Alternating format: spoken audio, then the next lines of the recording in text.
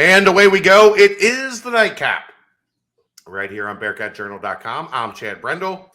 He's Aaron Smith. And away we go. The 21st of February. Yes. Monday. Where's my banner? I did have it. There you go. GalacticFriedChicken.com. Download the app for Android, iPhone, everything Galactic. Get your Galactic ordered. Get your Galactic delivered. Leave them a message. Order some sauce. If it's somebody else, let me see if I can find this tweet today. I know it's somewhere in here. That Dylan something went today. Yeah. Pretty sure I found the best fried chicken in the area, thanks to Chad Brendel and Bearcat Journal. Galactic is incredible, and the sauce might be even better. Chad, really didn't believe you about only being able to eat 2, but yeah, no chance at 3. Nice meeting you, Shane. I'm not kidding about Galactic, guys. Like, it's no joke. If you haven't gone, what are you waiting for? I said that on Twitter. I said, what are you waiting for? Somebody was like, my cholesterol to come down. Like, well, so can't help you there. We made burgers today here in Athens. Did you go with the sauce? And I bought some patties from Kroger, but I have been gone for the last week, and the kids were back tonight, and the eldest, 11, grabs the sauce right out of the fridge and said, I'm putting this on my burger. Real talk. And I was he said, you think that's a good idea? And I was like, I have it on good authority. That's a very good idea. So like Shane said, that it originally started as a burger sauce. And he and I both had it on our burgers tonight. And it was delicious. Fantastic. I'm having burgers for lunch tomorrow. Same deal. I got a bunch of the patties, like the frozen patties from Costco. And gotcha. I need to eat them because there's like the Kroger ones you buy, there's like 8 or 10 of them in there. Right. The Costco one, there's like a sleeve of burgers. Like you got burgers for days. We went with something directly out of the meat market, but I get you. You know what I'm saying? Yep. I do the meat market ones if I'm doing dinner burgers. If I'm doing lunch burgers, yeah, that's what we do. Just do the patties. Yeah. Yep. So yeah, the sauce is great on that too. Let's get to it. Really, the only relevant UC news of the day. UC made the hire of Nate Letton official. Nate has been a GA on staff for the past 2 years. There you go. He is now the tight ends coach, replacing Mike Denbrock. I know we talked to Coach Fickle about Nate on Friday during the subathon. Glowing review. That's how we want to run the program. We want guys to work their way up and go from graduate assistant to assistant coach if it's the right fit. They found this to be the right fit.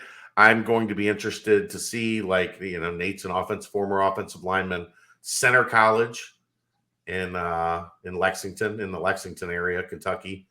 I'll be interested to see what that physicality, that his style coupled with Mike Cummings, I think Gino, is I got the passing game, right?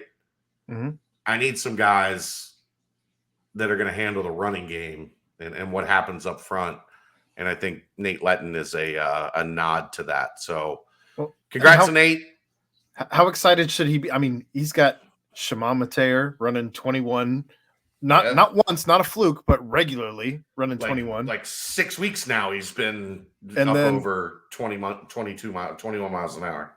And then you got, a couple guys in the pipeline right now as commits for 23.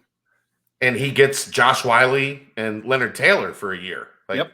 And some good guys to learn, how to be a tight end coach from. So, I'm excited for Nate. Excited to get to work with him and hear what he has to say. Here in 12 days, man. 12 days. Spring football starts in 12 days. Can't wait. Oh, Soon as like the day, like soon as basketball ends, like let's go. Spring football, time to go.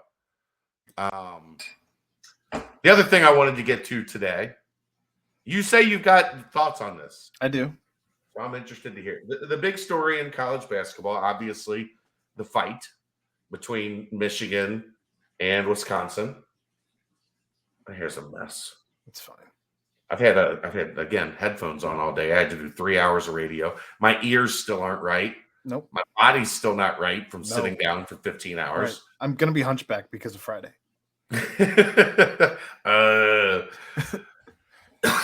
the hunchback a TV dad? Maybe that could have been maybe TV dad. Juwan Howard and Greg Gard going through the handshake line. There was some animosity over the end of the game. Michigan down 15 was pressing against Wisconsin's. Basically, they're walk-ons with 15 seconds left. Wisconsin calls a timeout. Michigan, Juwan Howard gets upset about the timeout. They go through the handshake line.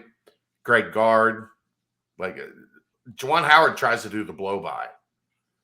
And Greg Gard tries to stop him like he's his dad, ready to teach him a lesson. Mm-hmm. And Juwan was not happy with that. And it turned into a kerfuffle.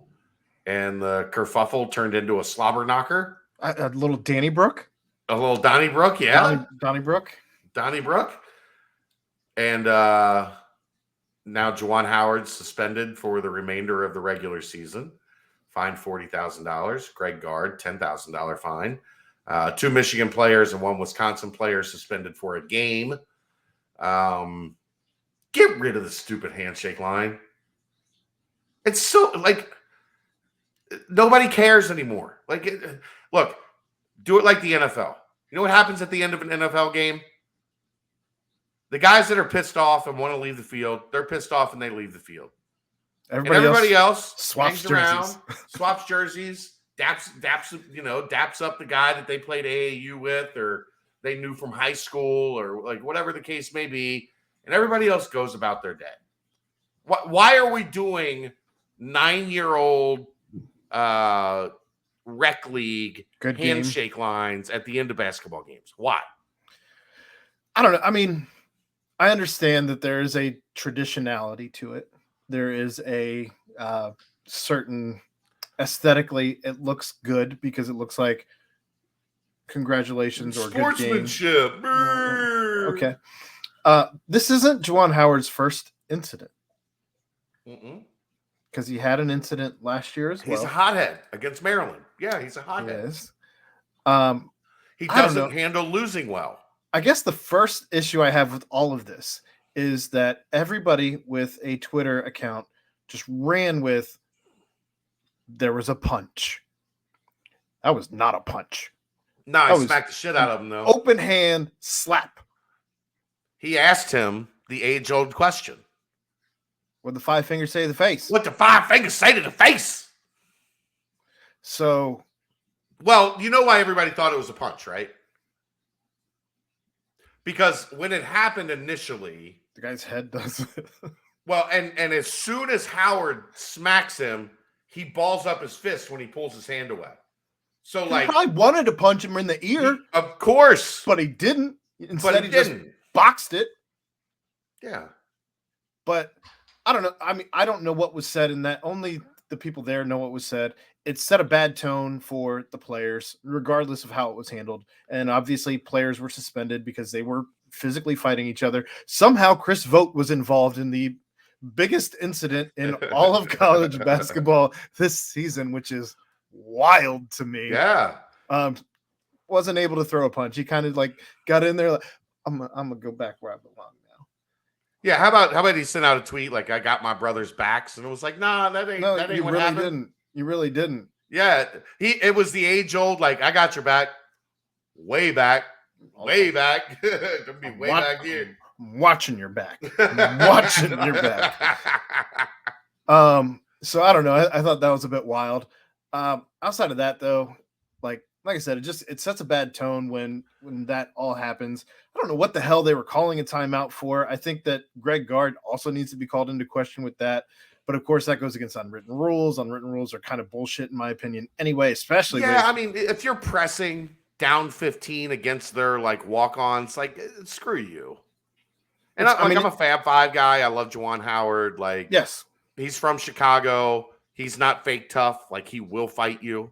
Yes. Like that's something like there, there's people you have to take that into account, especially in a basketball fight. Most basketball fights are at fake tough all around, right? Like, sure. Even NBA level. You're lucky he's holding me back. Oh, especially NBA. Like, well, unless one of those is Jokic, who him and his brothers will find you. Yeah, they will fight. Like, yeah, that's what I'm saying. You have to know. Like in the NFL, you don't mess with Steve Smith back in the day. Because Steve Smith will fight you. Like, and he calls Tony Pike soda pop. And it's the greatest thing I've ever heard. You didn't hear that? No, I had no idea. So Tony, leading up to the Super Bowl, Steve Smith does stuff for NFL Network. Okay. And Tony played with Steve Smith in Carolina. And yeah. So at the start of the interview, Tony wasn't sure if Steve Smith remembered him or not. And the way Tony introduced it, of course, like Tony does in his self-deprecating like humor, like played into it like my buddy Steve Smith, and Steve paused for like 4 seconds and didn't say anything. And Tony was like, oh man, he doesn't remember. Like, so Steve Smith starts like they start talking. And Steve Smith was like, "Oh, if we're gonna be like that, like you know what, like you want to tell the people what my nickname for you was in Carolina?" And Tony was like, "Come on, Steve, come on, we don't have to do this." He's like, "We called him Soda Pop. You know, we called him Soda Pop. Like when you take a pop and you shake it up, and then when you open the top, it sprays all over for like 2 or 3 seconds, and then it's flat."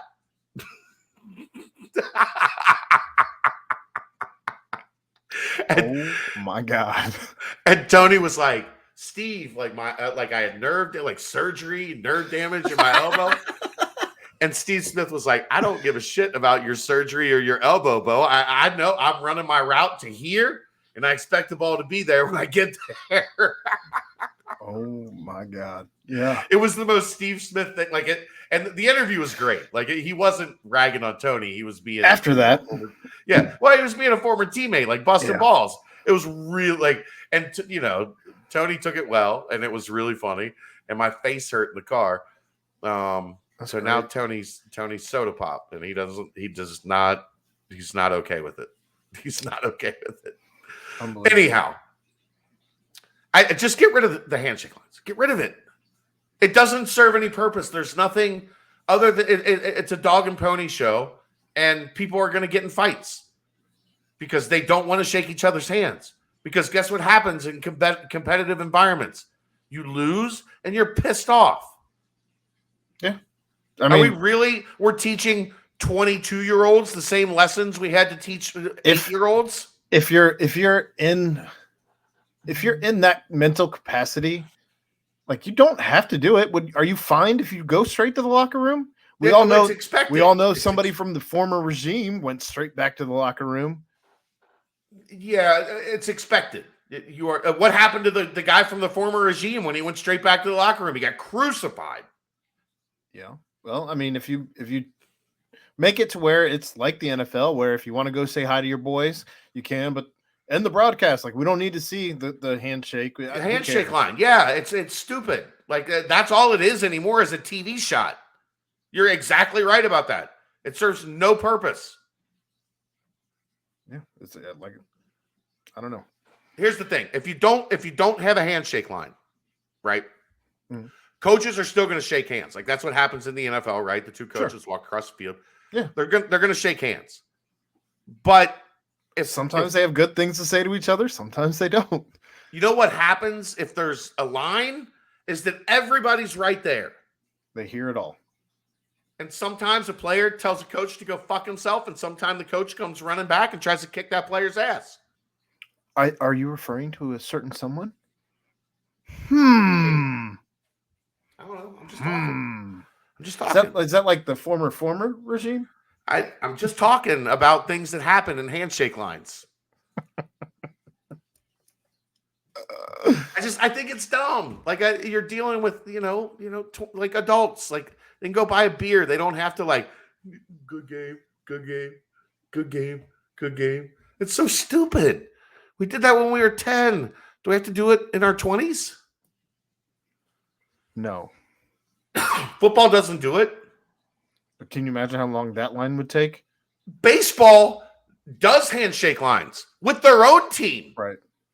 Because the losers walk. If you were doing it with the other team after half those games, it wouldn't be pretty either. Right? Losers walk in baseball. You get your ass in the clubhouse, get in the shower, get the hell out. Yeah. The winners shake hands with each other because they're winners. Maybe that's how it should be. The winning team does a handshake line with itself, and the losers, you know what they do, Aaron? They get the fuck out. I'm usually not paying attention because I'm usually out trying to either leave or come say hi to you guys. But does the team stay out there for the alma mater or anything? No, and basketball not. There's some that do. There's some that's their tradition. Go straight to the locker room. Be done. Or go to the band and do your thing. If you go sing the alma mater with the band, go do that. You don't have to go shake hands with anybody. You don't have to touch anybody. Mm-mm. That ain't it. It should have died with COVID because they couldn't shake hands with COVID, right? It's one of the things with COVID that should have stuck. The head coaches would give each other this. I think that's my favorite thing about that whole clip is Juwan Howard has his mask on, and then he's like, "Oh, it's like that. Mask down." Yeah. It's about to go. We about to go. Did you How see about the guy giving the? I was gonna say. I was just about to ask you about that. Like, it was the guy who got slapped in the ear on his way out. No, I don't think it was. Are you sure about that? I don't think it was. I think it was a different guy. I don't know. Either way. I mean, it's a guy with the buzz cut from Wisconsin. Yeah. They all look the same. You ain't wrong. All right, that's going to wrap it up. It's Aaron Smith. I'm Chad Brendel. It's the Nightcap, brought to you by Galactic Fried Chicken, right here on BearcatJournal.com. All Wisconsin teams look the same. See ya!